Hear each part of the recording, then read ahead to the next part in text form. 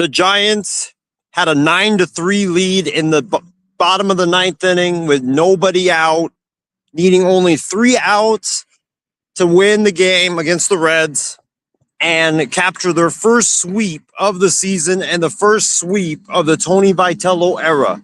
Instead, it all unraveled, and somehow, some way, San Francisco blew a 9-3 lead with nobody out in the ninth, only needing 3 outs to win the ballgame.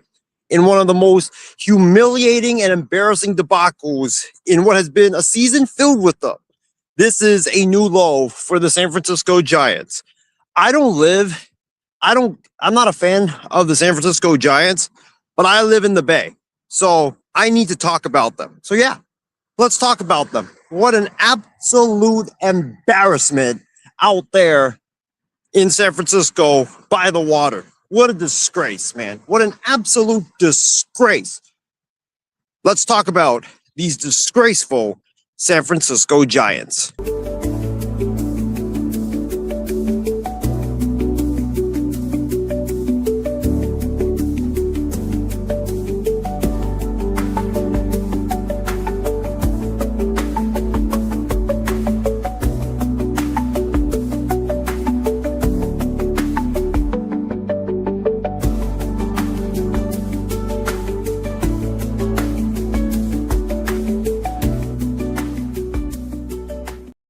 All right, what's up, everybody? Hope all of you guys are doing well here on this Wednesday evening. I am walking to go get a haircut right now, so you'll see a new look for your boy, new hair and stuff. It's going to be great. New look, new season.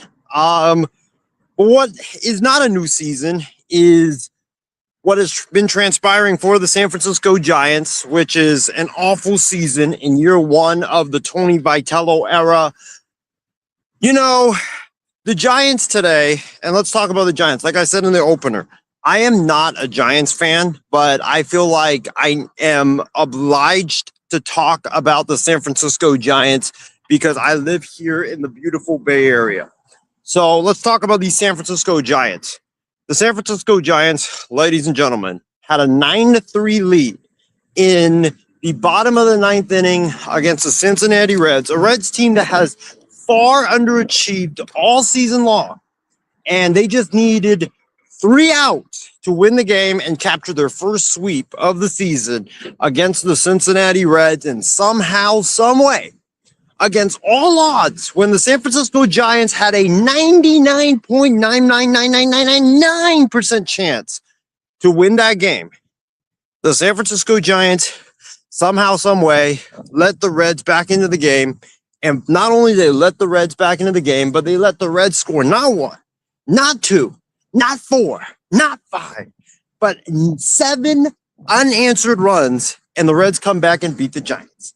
What an absolute embarrassment. What an absolute disgusting ball game. What a disgraceful collapse by the San Francisco Giants. Let me tell you guys this right now. This collapse is another example of this is all on Buster Posey. This is all on Buster. You can put it all on the heads and the shoulders of Buster Posey, because Buster Posey played for Bruce Bochy, who was a mastermind when it came to utilizing the bullpen. He played on teams that had some really good bullpens. He played on teams that utilized great pitching and great defense with timely hitting. Well, how is he building the team? A team that is slug first, a team that is so home run or strikeout heavy, doesn't put the ball in play. They don't steal a lot of bases. They don't pitch well. Starting pitching sucks. And their bullpen is so trash. I mean, when the Giants were at their peak with Buster Posey, the Giants had the alpha at the closer spot, right? They had the guy who was their designated closer, like whether it was Brian Wilson or Sergio Romo or Santiago Casilla in some years. So like Buster, you played on those teams. Like, that's how you win ball games. You can't go into a season or like a big stretch without a alpha dog at the closer spot. Like, it just doesn't go well. You can't go closer by committee. And this entire bullpen is so freaking trash, so freaking pathetic. Like, Buster, You know how important it is to have a great closer. You know how important it is to put the ball in play. You know how important it is to have a great pitching staff. And you, for the love of your team is built with none of the stuff that you, with none of the traits that you put like on those teams that you played for. And so it's absolutely disgraceful. Like, this is all on Buster. You could have signed a closer. You could have traded for Mason Miller. Last year's trade deadline with the A's, you could have, go traded for another top-notch closer. Like, everybody knew that the San Francisco Giants needed a closer last offseason. There is not one guy right now that Tony Vitello can turn to and say, yeah, here's the ball, shut this down, and let's get the win, and let's go celebrate in the clubhouse. There is nobody like that on the San Francisco Giants. It's an embarrassment, like there's nobody in the 8th or the 7th that Tony Vitello can turn to and say, get me out of it, get me 3 outs, and we're going to win this ball game. There's literally nobody that Tony Vitello can turn to. So you can't blame Tony V, because Tony V got ejected today. He got ejected in the game. And so, like, it's not on him. It is all on Buster Posey. Buster Posey knew how important it is for a team to have an established closer. But Buster Posey decided we're going to do the opposite of what made those teams great when I played for the San Francisco Giants. What an absolute embarrassment, man. What a disgrace. This season has had so many humbling, tough losses, so many crazy collapses. And this one probably takes the cake for one of the worst collapses of the season.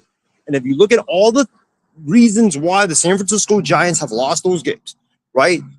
It's because their bullpen is awful. They don't have a closer in the bullpen they can turn to. They've blown one of the most highest the amount of games in the 9th inning when they've had the lead. They've blown the highest amount of games when they had the lead in the 8th, or when they had the lead going into the 8th inning. They don't have an established guy in the 8th. They don't have an established guy in the 9th inning.